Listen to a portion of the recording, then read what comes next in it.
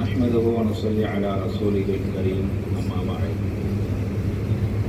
பாரத சகோதரர்களே, அல்லாஹ் நல்லடியார்களே, அல்லாஹ்வுடைய மாபெரும் கிருபையினால் அவனிட்ட கட்டளையான இஷா தொழுகை நிறைவு செய்தவளாக அல்லாஹ்வுடைய இல்லத்தில் அமர்ந்திருக்கின்றோம். அல்லாஹ் ரப்புல் ஆலமீன் நம்முடைய எண்ணங்களையும் செயல்பாடுகளையும் ஏற்றுக்கொண்டு அதற்குரிய கூலியையும் மேலும் மறுமையும் வாரி தருவானாக. அன்பார்ந்த சகோதரர்களே, அல்லாஹ் ரப்புல் ஆலமீன் திருமறையில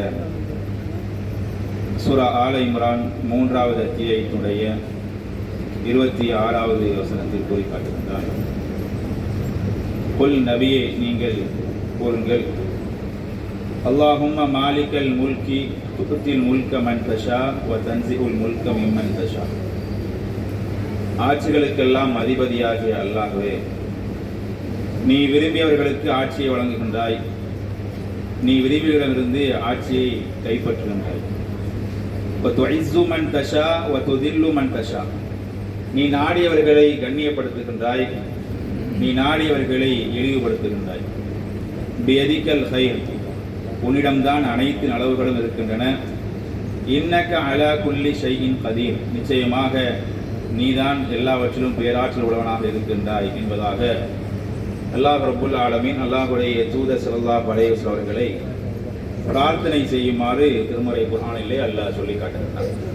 அன்பார்ந்த சகோதரர்களே, இன்றைய தினம் இந்தியாவினுடைய 5 மாநிலங்களில் தமிழ்நாடு, கேரளா, புதுச்சேரி, மேற்கு வங்காளம், அஸ்ஸாம் போன்ற 5 மாநிலங்களுடைய தேர்தல் முடிவுகள் வெளியாகியிருக்கின்றன.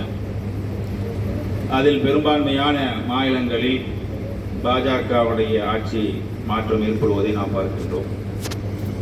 குறிப்பாக நம்முடைய தமிழ்நாட்டை பொறுத்தவரையில் ஆட்சி மாற்றம் ஏற்படக்கூடிய ஒரு சூழ்நிலை ஏற்படுவதை நாம் பார்க்கிறோம். எந்த அளவுக்கு என்று சொன்னால், நம்ம யாருமே எதிர்பார்க்காத அளவுக்கு மிகப்பெரிய ஒரு ஆச்சரியத்தை ஏற்படுத்துகிற வகையிலே. ஆனால் இன்றைக்கு இப்பொழுது வரையும் யாருக்கும் மெஜாரிட்டி இல்லை. இப்போ வரைக்கும் மெஜாரிட்டி யாருக்கும் கிடைக்கல. ஆனால் யார் கிங் மேக்கராக மாறப்போகிறார்கள் என்ற கேள்விதான் இப்பொழுது இருக்கிறது. தமிழ்நாட்டை பொறுத்தவரையில் யார் முதலமைச்சராக ஆகுவதற்கு யார் கிங் மேக்கராக இருக்க போறார், இந்த கிங் மேக்கர் எடுக்கக்கூடிய முடிவுதான் இன்றைக்கு தமிழ்நாட்டுடைய அரசியலையே புரட்டி போடுகின்ற நிலைமையில் இருக்கிறது. அப்ப இப்படிப்பட்ட ஒரு சூழ்நிலையில ஒரு முஸ்லீமாக இருக்கக்கூடிய நாம ஒரு ஆட்சி மாற்றத்தை எப்படி நாம் எதிர்கொள்வது, எப்படி பார்க்க வேண்டும்? நாம யாருமே இந்த ஆட்சி மாற்றத்தை எதிர்பார்க்கலாம். ஏற்கனவே இருக்கின்ற ஆட்சி தொடரும் என்றுதான் முஸ்லிம்களில் பெரும்பாலான மக்கள் எதிர்பார்க்க வேண்டும். அப்படிதான் எல்லோருமே நம்பிக்கையா இருந்தோம். ஆனா ஆரம்பத்திலிருந்தே பின்னடைவுகள், குறிப்பாக முதலமைச்சரே தோற்றுவிட்டார் தன்னுடைய தொகுதியில் என்று சொல்லக்கூடிய அளவுக்கு மிகப்பெரிய ஒரு பின்னடைவை இன்றைக்கு ஆளும் கட்சி சந்தித்திருப்பதை நாம் பார்க்கிறோம். அல்லாஹ் ரப்புல் ஆலமீன் திருமறை குர்ஆனிலே சொல்லி காட்டுகிறான், நபியே நீங்கள் பிரார்த்தனை செய்யுங்கள், ஆட்சிகளுக்கெல்லாம் அதிபதி அல்லாஹ் ரப்புல் ஆலமீன் தான். எனவே அல்லாஹ் சொல்கிறான், அல்லாஹ் தான் நாடியவர்களுக்கு ஆட்சியை கொடுக்கிறான், அல்லாஹ் தான் நாடியவர்களுக்கு ஆட்சியை கைப்பற்றுகிறான். அப்ப ஆட்சியை கொடுப்பதனால கண்ணியமும் கிடைச்சதாது, ஆட்சியை அல்லாஹ் கைப்பற்றுவதனால அவர் இழிவடையவும் மாட்டார். நான் நேற்றைக்கு சொன்னது போல, யாரெல்லாம் ஜெயிச்சாங்களோ அவங்க ஆடவும் கூடாது, யாரெல்லாம் தோற்று போனார்களோ அவர்கள் சோர்ந்தும் போய்விடக்கூடாது. எனக்கு வெற்றி கிடைச்சிருச்சு, நான் பெரிய வெற்றி அடைஞ்சிட்டேன்னு சொல்லி நினைச்சக்கூடாது, ஆடவும் கூடாது. அதுவும் நமக்கு ஒரு நல்ல விஷயம் கிடையாது. என்னதான் நம்ம எதிர்பார்த்த ரிசல்ட் நமக்கு கிடைக்காட்டாலும் நம்ம சோர்ந்து ஒதுங்கி விடவும் கூடாது. அல்லாஹ் ரப்புல் ஆலமீன் இதை ஏதோ ஒரு விஷயத்தை வச்சிருக்கிறான், நமக்கு அல்லாஹ் நன்மையை நாடுவான், அல்லாஹ் கிடக்கையே நாம் பிரார்த்திக்க நாம் கடமைப்பட்டிருக்கோம். ஏனென்றால் இப்போ மெஜாரிட்டி கிடைக்கல. கிங் மேக்கராக ஒருவர் இருந்துதான் இந்த அரசாங்கத்தை வழிநடத்தக்கூடிய நிலைமை தான் இன்றைக்கு தமிழ்நாட்டில் இருக்கு. அப்ப யார் கிங் மேக்கராக மாறுகிறார்களோ அவர்கள் தமிழ்நாட்டிய உரிமையை பறிக்கக்கூடிய இடத்தில் அந்த முதலமைச்சர் இருப்பாரே. ஆனால் இனி பதவியேற்கக்கூடிய முதலமைச்சர் தமிழ்நாட்டுடைய உரிமைக்கு பாதகமாக செயல்படுவார். ஆனால் அதை தடுக்கின்ற இடத்தில் அந்த கிங் மேக்கர் இருக்க வேண்டும். அப்படிப்பட்ட ஒரு கிங் மேக்கர் உருவாக வேண்டும் என்று நாம் பிரார்த்தனை பண்ணணும். நாம அப்படிப்பட்ட ஒரு கிங் மேக்கர் கேரளாவில் உங்களுக்கு பிரச்சனை இல்லை. கேரளாவில் உங்களுக்கு காங்கிரஸ் ஆட்சி வருகிறது, அது ஆளுங்கட்சியாக இருந்தாலும் சரி எதிர்கட்சியாக இருந்தாலும் சரி உங்களுக்கு பிரச்சனை கிடையாது. தமிழ்நாட்டு சூழ்நிலை என்பது அப்படியே 50 ஆண்டு கால அரசியல் களம் மாறி இருப்பதை நாம் பார்க்கணும். அல்லாஹ்வுடைய நாட்டம், அதில் மறுப்பதற்கு இல்லை. அல்லாஹுதான் ஆட்சியை கொடுக்கிறான், அல்லாஹுதான் ஆட்சியை பறிக்கிறான். ஆட்சியை கொடுப்பது அல்லாஹ், ஆட்சியை கொடுத்து கூட சோதிப்பான் அல்லாஹ். நாம நினைக்கிறோம் இவர்களுக்கு என்ன தகுதி இருக்கிறது, இவங்களுக்கு என்ன அரசியல் அனுபவம் இருக்கிறது நாம் நினைக்கிறோம். அதுதான் உண்மையும் கூட. அரசியல் அனுபவம் இல்லாதவர்கள் தான் இன்றைக்கு ஆட்சி பொறுப்பை கையில் எடுக்க போகிறார்கள். அவர்களிடத்தில் தான் இன்றைக்கு மக்கள் ஒப்படைக்க இருக்கிறார்கள். அவர் இந்த 5 ஆண்டு காலத்தில் என்ன செய்ய போகிறார், தன்னுடைய அரசியல் அனுபவத்தை அவர் எப்படி வெளிப்படுத்த போகிறார் என்பதை நாம் கூர்ந்து கவனிக்க நாம் கடமைப்பட்டிருக்கோம். அல்லாஹ் ரப்பல் ஆலமீன் இந்த ஆட்சியை கொடுத்து கூட அவரை கவலைப்படுத்தும். அதான் செய்வான். ஆட்சியை கொடுத்து கூட அவனுக்கு ஆட்சி நிர்வாகம் செய்ய தெரியுதா தெரியலையா அப்படின்னு அல்லாஹ் ஒரு மனிதனுக்கு ஆட்சியை கொடுத்து கூட அவன் கண்ணியப்படுத்த நினைச்சுக்குவான். எனக்கு ஆட்சி கிடைச்சிருச்சு, அதிகாரம் கிடைச்சிருச்சு என்று அவர்கள் மமதியில இருக்கலாம், மகிழ்ச்சியில இருக்கலாம். ஆனால் நிர்வாகம் சரியா இருந்தா பிரச்சனை இல்லை. நிர்வாகம் சரியில்லைன்னு சொன்னா அதை வைத்து அல்லாஹ் ரப்பல் ஆலமீன் அவர்களுக்கு இழிவை ஏற்படுத்துவான் என்பதை தான் அல்லாஹ் ரப்பல் ஆலமீன் சொல்லக்கூடிய செய்தி. அல்லாஹ்விடத்தில் தான் எல்லாம் இருக்கிறது. குறிப்பாக இந்த அல்லாஹ்வுடைய தூதர் ஸல்லல்லாஹு அலைஹி வஸல்லம் ஒரு முறை சஹாபாக்களுக்கு மத்தியிலே உரை நிகழ்த்தி கொண்டிருக்கிற பொழுது ஒரு மனிதர் வருகிறார். வந்து கேட்கிறாரு, யா ரசூலல்லாஹ் மத்தா ஸாஅ, மறுமை நாள் எப்பொழுது நிகழும் என்று கேட்கிறார். அப்ப ரசூலுல்லாஹ் அப்படி பேசிக்கிட்டே இருந்தவங்க அந்த பேச்சை கண்டினியூ பண்றாங்க. அவருக்கு ரிப்ளை பண்ணல. எல்லாம் பேசி முடிச்ச பிறகு கேட்கிறாங்க, யாருப்பா அந்த கேள்வியை கேட்டது அப்படிங்கிறாங்க. மறுமை நாள் எப்பொழுது யாரோ கேள்வி கேட்டாங்க, யாரு? நான் தான். யார சொல்லலாம். மறுமை நாள் எப்பொழுது வரும் என்று சொன்னால், லுய்யத்தில் அமானா ஃபன்தரி ஸா, அமானத் அமானிதம் பால்படுத்தப்பட்டால் நீ மறுமை எதிர்பார் என்று ரசூலுல்லாஹ் சொன்னார். அமானிதம் பால்படுத்தப்பட்டால், மோசடி செய்யப்பட்டால் நீ மறுமை எதிர்பார் என்று சொன்னார்.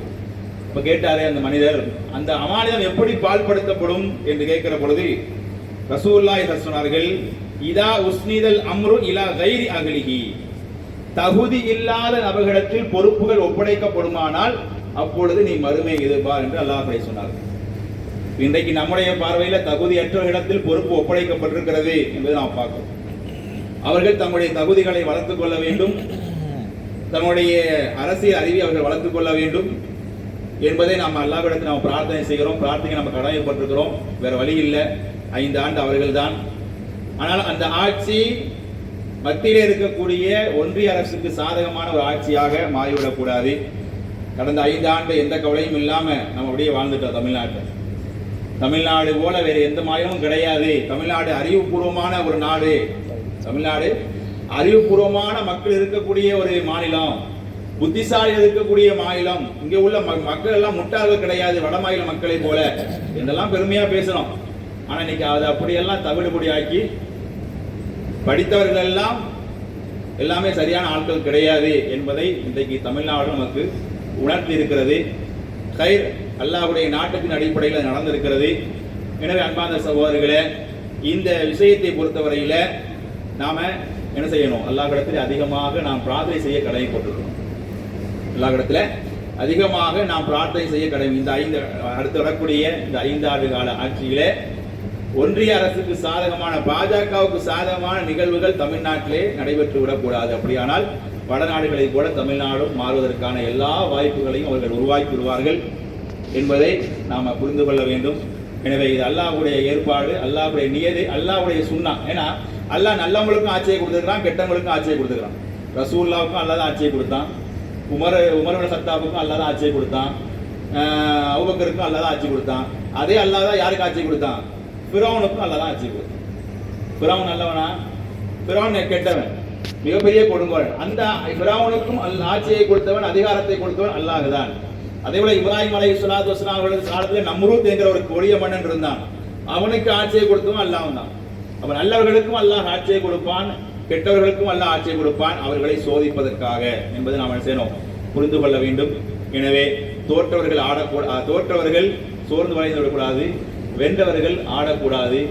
இஸ்லாம் நமக்கு சொல்லக்கூடிய அழகான வழிகாட்டல் என்னன்னு சொன்னால், நாம் என்ன நமக்கு வழங்கப்பட்டிருக்கிறதோ அதை அப்படியே ஏற்றுக்கொள்ளக்கூடிய மனப்பக்குவம் உள்ளவர்களாக இருக்க வேண்டும். அல்லாஹ்விடத்தில் நாம அதிகமாக பிரார்த்தனை செய்ய வேண்டும் என்பதைத்தான் இந்த செய்திகள் எல்லாம் நமக்கு உணர்த்துகின்றன. எனவே அப்படிப்பட்ட நல்ல மக்களாக வாழக்கூடிய நல்ல வாக்கியத்தை அல்லாஹ் ரப்பல் ஆலமீன் நம் அனைவருக்கும் தந்தர உரிவானாக.